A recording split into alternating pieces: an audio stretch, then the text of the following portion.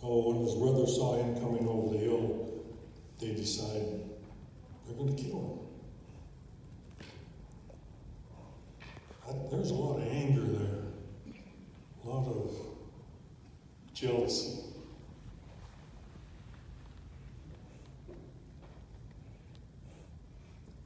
So one brother decided, no, let's not kill him, let's just hide him for a bit. We put him in a hole where he couldn't get out. Then they saw a caravan coming and they sold him as a slave for some silver. I think the Bible says 20 pieces. I don't know how much that is.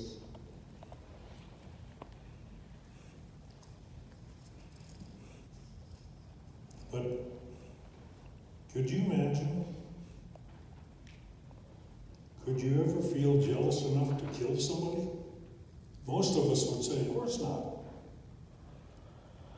But look what happened to Joseph's 10 brothers. They were filled with deep rage and anger. They were blinded to what was right. Jealousy left unchecked goes quickly and leads to serious sin. The time to deal with jealousy is when you first notice yourself being pulled in that direction. So they sold Joseph as a slave. They took his coat and cut it up and killed a goat, and they dipped the coat in the blood. And they took it back to their father and says, some animal must have killed Joseph and ate him. Here's his coat. But when they got to Egypt, he was sold to Potiphar, who was high in the service of the Pharaoh. That was in Genesis 37, 36, and 39:1. And the Lord started to bless Potiphar because Joseph was there. Joseph's house ran smoothly. Potiphar didn't have any more worries, so he turned the whole administration over to Joseph. Gave him full control to rule over everything. In Genesis 39, 7 through 18, Potiphar's wife wanted Joseph to have sex with him.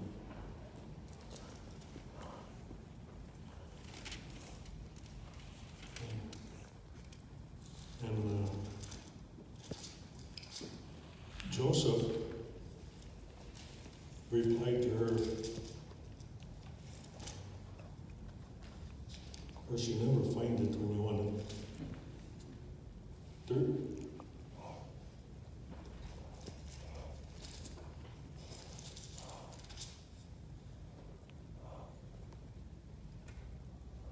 He told Potiphar's wife, my master trusts me with everything in his entire household. No one here has any more authority than I do. He has held back nothing from me except you, because you are his wife. How could I ever do such a wicked thing? It would be a great sin against God.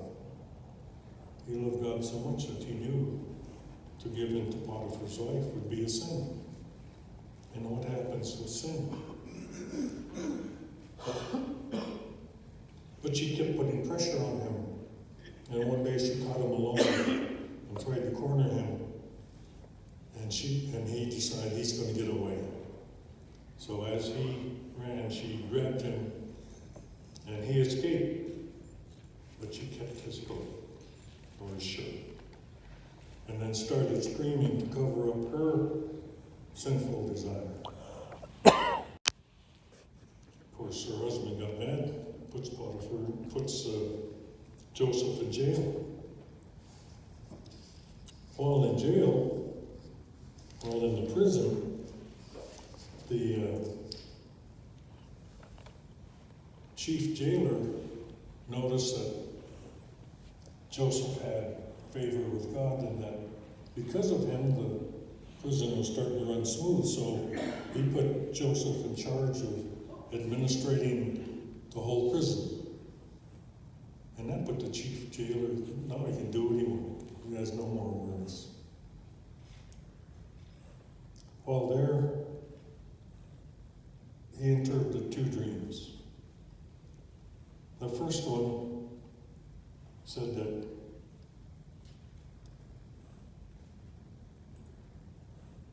there was 3 vines, and this was from the Pharaoh's cupbearer. He said there was 3 grapevines, and he squeezed them, put them in a cup. He said, so he asked, what does this mean? Joseph said that in 3 days you will be set free and you will serve the Pharaoh again. Well, the second man, when he heard this, he decided he'll tell him his dream. It wasn't a very good dream.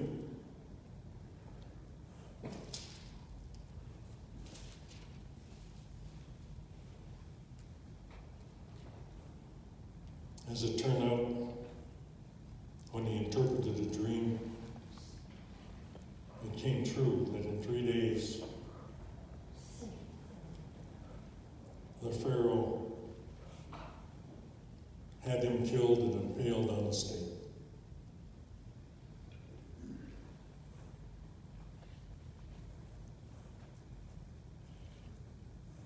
And the Pharaoh had a dream.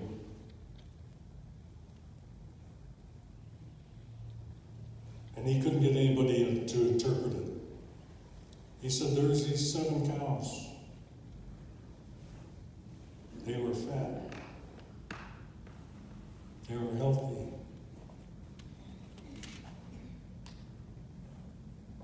But then there's these 7 skinny cows, cattle, came and devoured the 7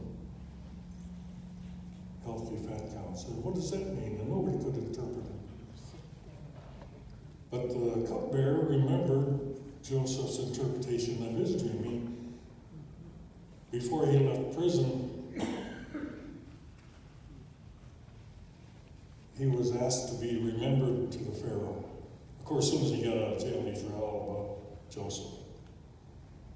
But then when the Pharaoh had this dream, he remembered him and told the Pharaoh about him. So Pharaoh came, ordered for Joseph to come out.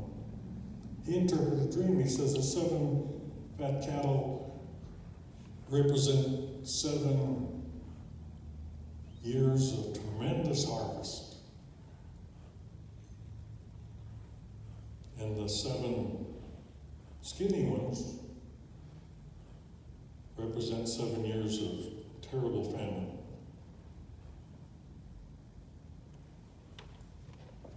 So the Pharaoh was asking his staff, all his learned people, what do we do now?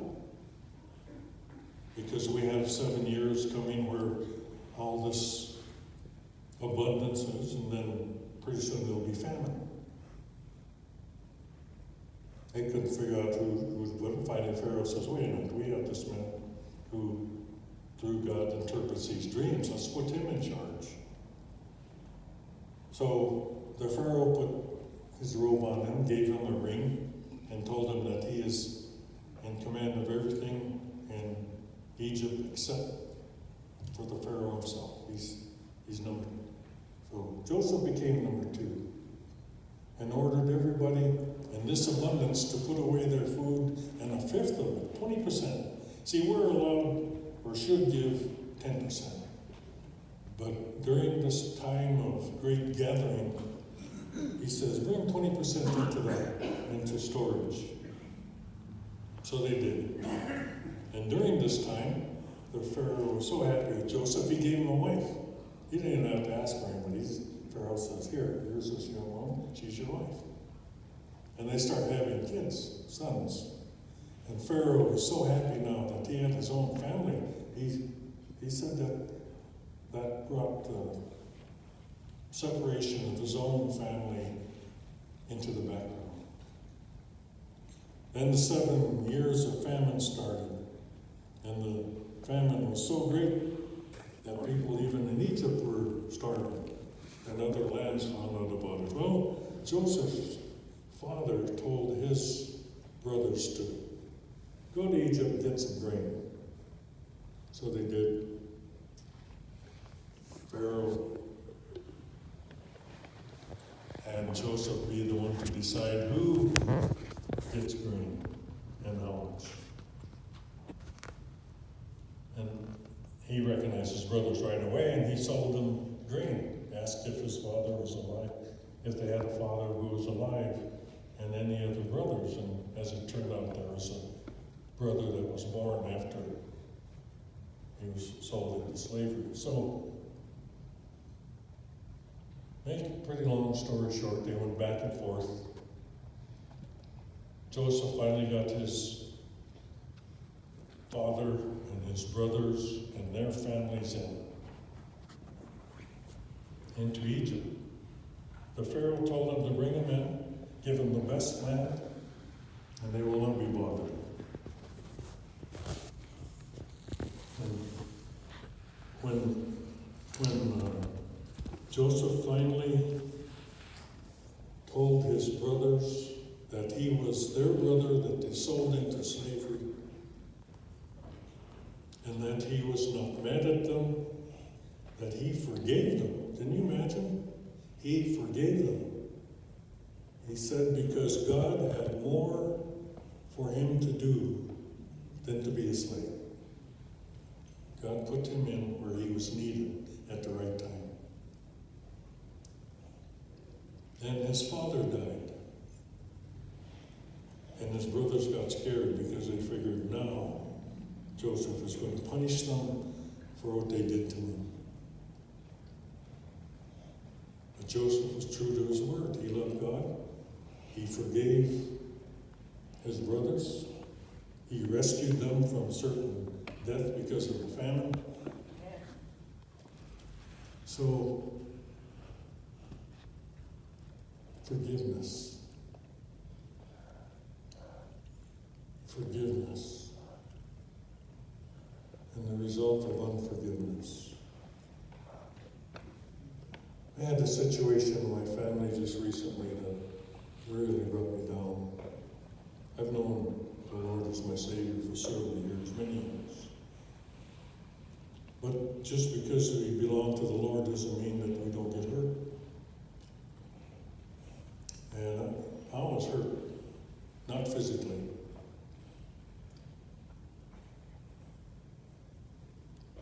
By one of my other daughters and granddaughters who I cherish. The rejection, the rudeness, and it brought back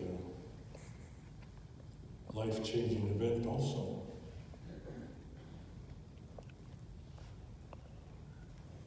And my wife and I prayed, the bishop and I prayed.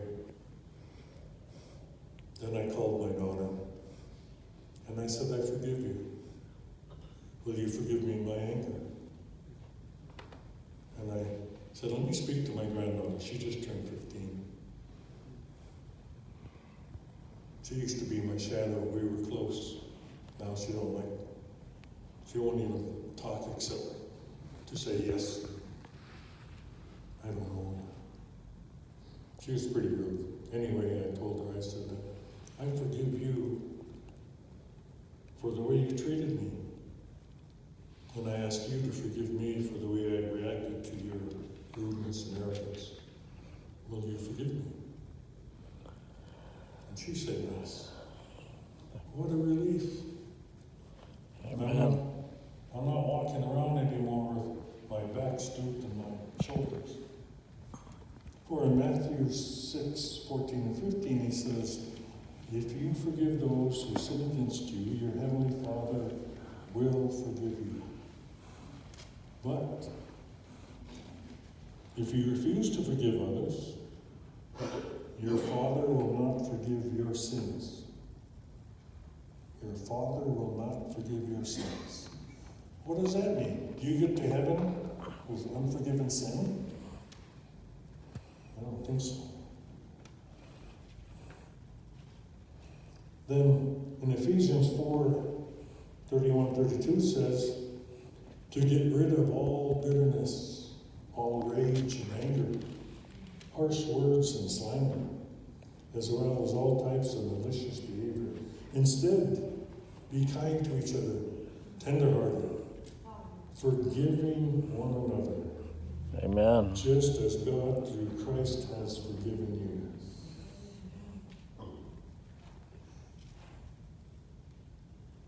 When you're feeling a setback, just as the start of Joseph's attitude, acknowledge that God is with you. There's nothing like God's presence to shed new light on a situation. Hallelujah. We serve an awesome God. We serve an awesome God. And we cannot even begin to realize how much He loves us and what He can do for us. Amen. Most of the time we go to Him in time of crisis. We pray every day. Time of crisis is like, I want you to do more for me now. God has an answer for everything. Sometimes it's wait, sometimes it's no. But we don't understand His reasons. Just as Joseph was sold into slavery, but came out to be second command in Egypt to save multitudes of people. Hallelujah. Thank you, Lord. I'd like to have a closing song, and during the song, if you want prayer, the altar will be open. And if there's more, leave it up to Bob to determine how long we'll go on. But we just thank the Lord for giving me the opportunity to share His word. And may God add His blessing to the reading of His word. Amen.